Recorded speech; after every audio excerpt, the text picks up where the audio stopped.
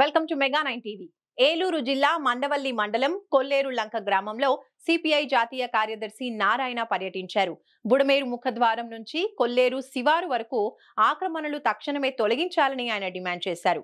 కొల్లేరు పరివాహక ప్రాంతం నుంచి ఉప్పుటేరు శివారు వరకు పూడికతీత పనులు నిర్వహించాలని కోరారు. స్థానికంగా ఉండే కొల్లేరు మత్స్యకారులకు జీవనాభివృద్ధి జీవన ప్రమాణాలను మెరుగుపరిచేందుకు ప్రభుత్వం చర్యలు తీసుకోవాలి అన్నారు.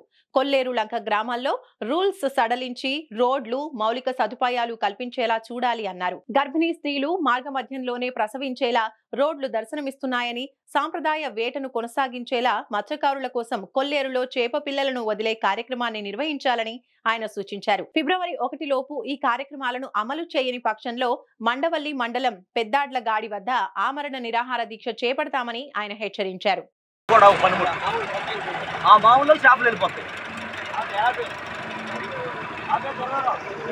ఈ మామూలుగా చేపలు వెళ్ళిపోతాయండి. దాంట్లోకి కొంచెం తౌడు వేస్తూ ఉంటాం, చెక్క, వేరుశనగ చెక్క. మధ్యలో తెల్లగా జీవనాధారం దీనమ్మటి వెళ్తాయండి. మళ్ళీ దీనమ్మటి రావు ఇక బయటికి. మేము వెళ్ళినప్పుడు దీనమ్మటి దులుపుకుంటాం. ఇది బయటికి ఇలా ఇలా పెట్టుకుని ఇలా పెట్టుకుంటాం. ఇలా పెట్టుకుని ఏం చేస్తామంటే ఆ చేపలు ఇక ఇలా దులుపుతాం.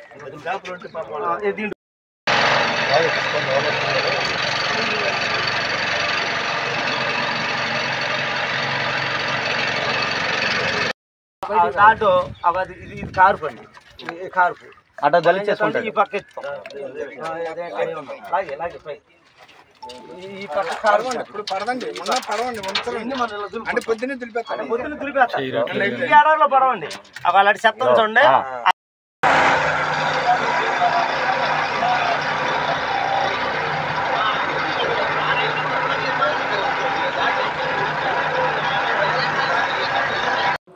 దాన్ని పరిశీలిస్తే అర్థమైంది.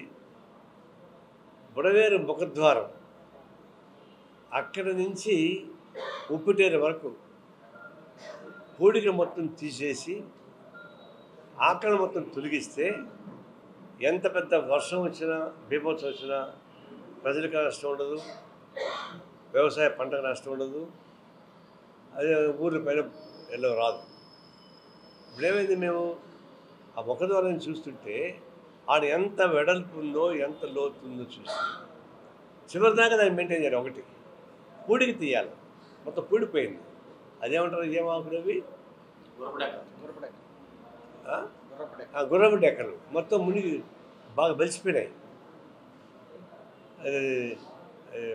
మన హోమ్ మినిస్టర్ అది అమిత్ షా బలిసాయి గుర్రపు డెక్కలు మొత్తం నీళ్ళతో అడ్డం పడుతూ ఉన్నాయి. అది తీసేయాలా, అది రాష్ట్ర ప్రభుత్వం చేయాలా. కొన్ని చోట్ల గ్రామాలకు రోడ్లు వేయాలా.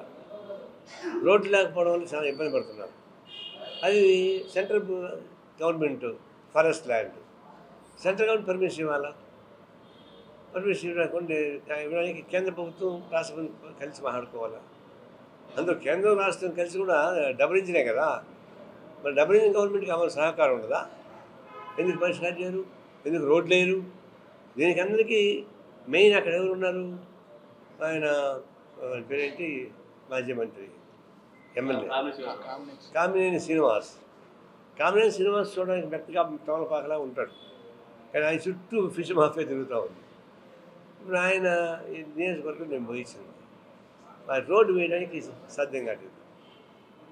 ఆడవాళ్ళు మగవాళ్ళు తిరగాలన్నా, గర్భిణీ స్త్రీలు ఆ రోడ్లో ప్రయాణం చేస్తే 7 నెలలుగా ప్రసవించేస్తారు అక్కడే, హాస్పిటల్కి పోలేక. అంత ఘోరంగా ఉన్నాయి. అదే ఫారెస్ట్ ల్యాండ్ అంటారు. మరి ఫారెస్ట్ ల్యాండ్ పర్మిషన్ తీసుకోవాలి కదా. గ్రామ ప్రజానీకానికి నష్టం వస్తుంది. వాళ్ళు చేపలు పట్టుకొని తీసుకెళ్ళి అమ్ముకోవాలంటే రోడ్లు లేవు, వాళ్ళకి వీలు కాదు. దీనిపైన కేంద్ర ప్రభుత్వం కూడా ఎక్కువ ముసుకోవాలని కోరుతున్నాను.